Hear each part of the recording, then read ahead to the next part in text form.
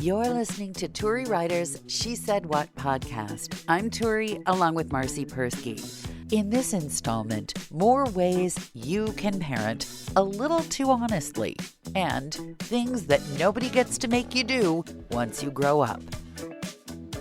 See, again, I am too honest because at my kids' high school, they had this wonderful thing called International Days. And you could be in anybody's national club that you wanted. You could be Greek and join the Chinese dance club if you wanted to. But they would do some kind of ethnic cultural dance. And one year, my kid was in, I think, probably the second to worst of all of the second to worst. And he came home from this thing, and I looked at him and I said, well, how do you think you did? He said, well, the French team was worse. I said, well, we agree about that. But if I were a nicer person, I would have said, no, at least you were in the middle of the pack. But I couldn't make myself do it. And there is such a thing as too much honesty. There really is such a thing as too much honesty from a mother. And I'm never quite sure. I mean, are you always sure when you're on the proper side of that line? Do you always know? Yeah, because I'm a big fat liar who lies. I tell them everything's good. But when it's not good, anything that they try to me I'm proud that they try. Well, Trying I would is say good. that would be my way of saying that really sucked. I mean, if I just said to my kids, it's good that you tried. I mean, sometimes I want to say to my kids, like, this is not your strong suit. Do not try. Although you could be wrong. I'll tell you what it was. He wanted to learn to play the violin, and this kid could not carry a tune in a Mack truck. He could not find two notes in relation to each other singing with an hour and a half to do it. And I tried to talk him out of it. I said, sweetheart, are you sure you want to do this? I mean, singing is not your strong suit.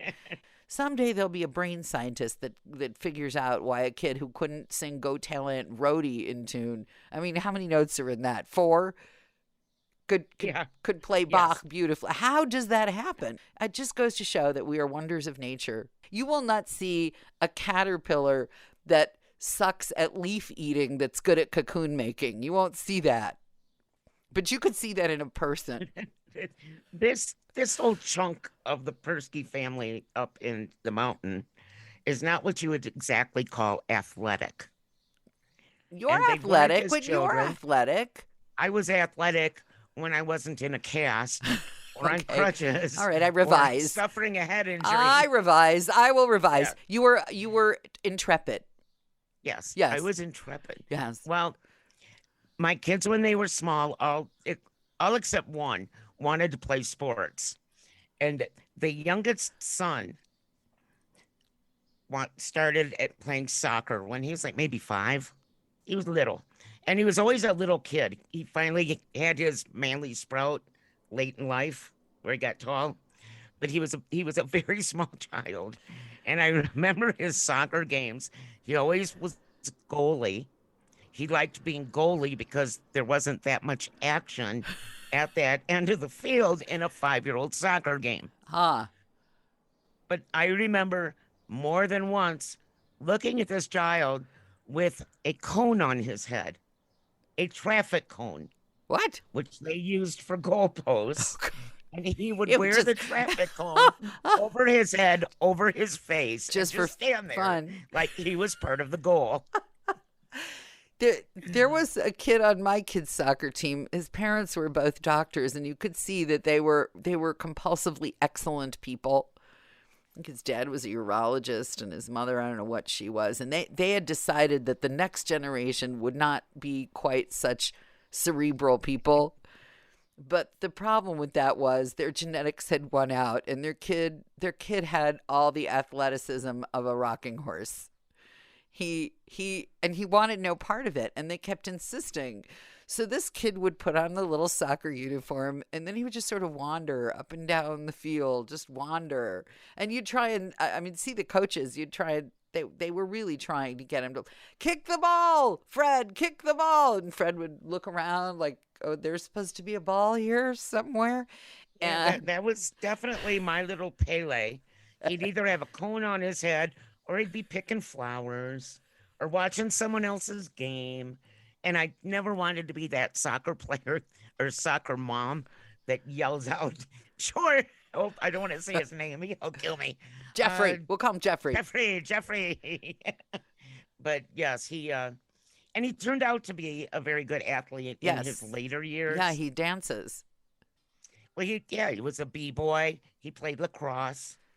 He did all that kind of stuff. It just took But him a yes, while to get the cone off his head. young athletes to me are just as bad as young musicians. I don't know. I think the parents behave. Here's the thing: you can't yell out coaching during the recital. You can't yell, "Pay attention, Jeffrey! Pay attention You to the." suck! You suck! Well, nobody does that at the parent. No, none of the parents do that. But you can't yell like, "For crying out loud! Listen to the accompanist. It's 4-4, not 3-4." You can't do that. You have to shut up until it's all over and time for you to take them out for ice cream. You have to be quiet. Whereas on the soccer field, poor Fred, you'd hear the parents going, "Look alive, Fred! Pay attention, Fred!" And Fred would be like, "You made me come here, but you can't make me look up from the turf. You cannot make me." I was not a sideline yeller, but I did become the coach just because it drove me so crazy.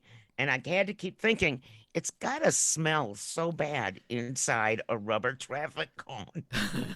That's my first hint that the kid had some kind of sinus issue. Did he have a sinus issue?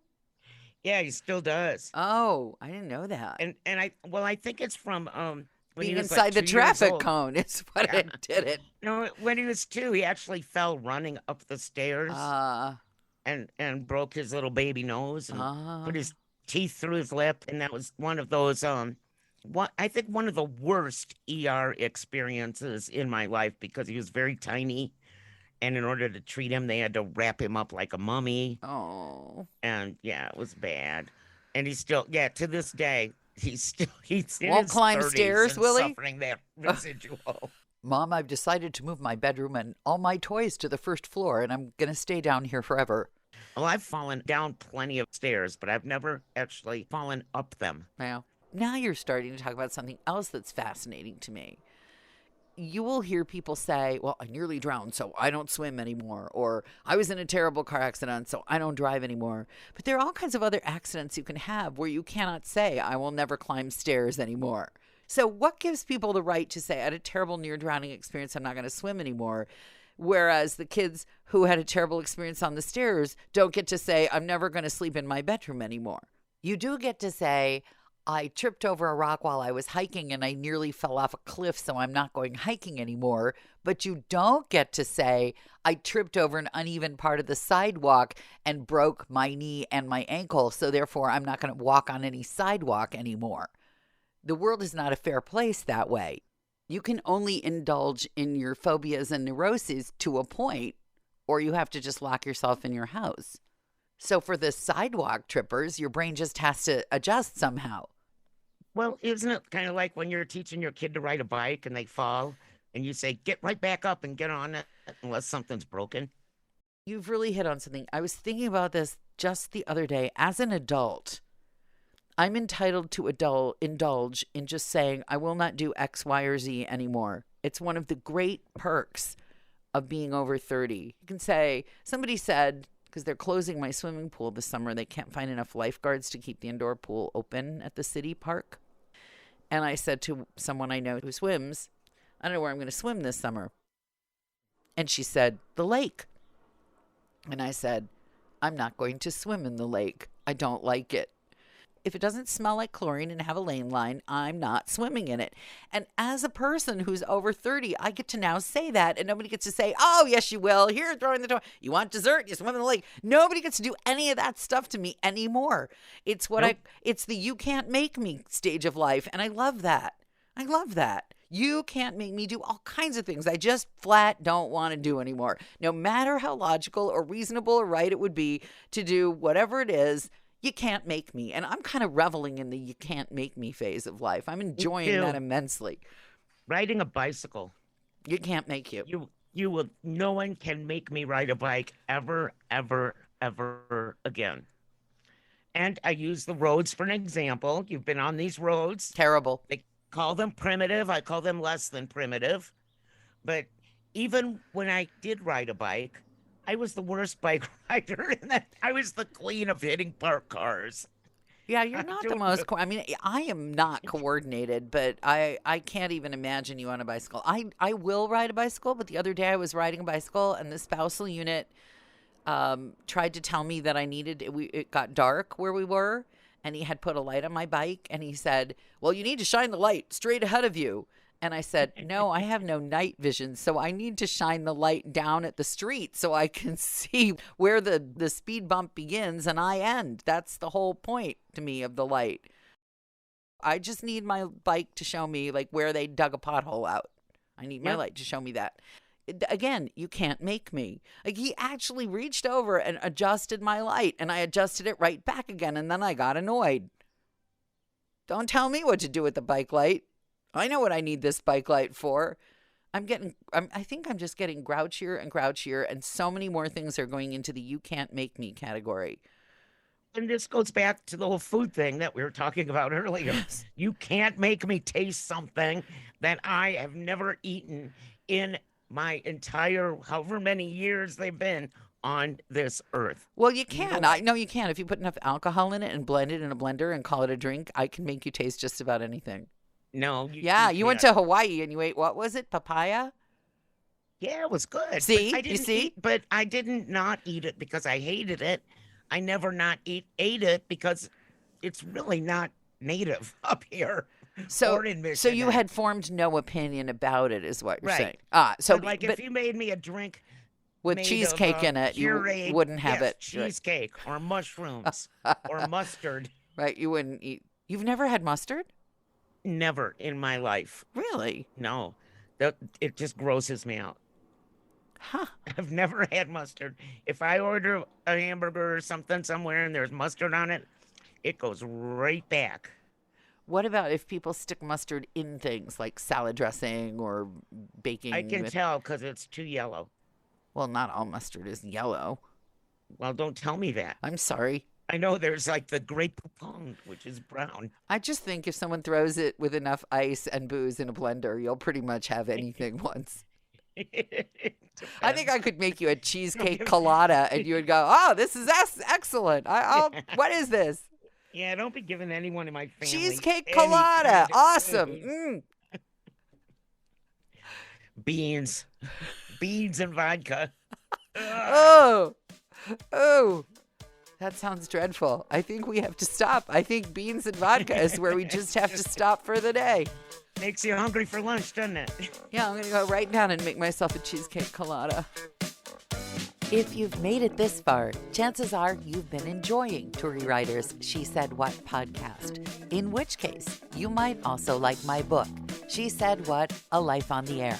You can find that at your neighborhood independent bookstore or on Amazon. Marci and I really appreciate your good reviews wherever you care to leave them. Your kind words help the podcast grow. Thanks.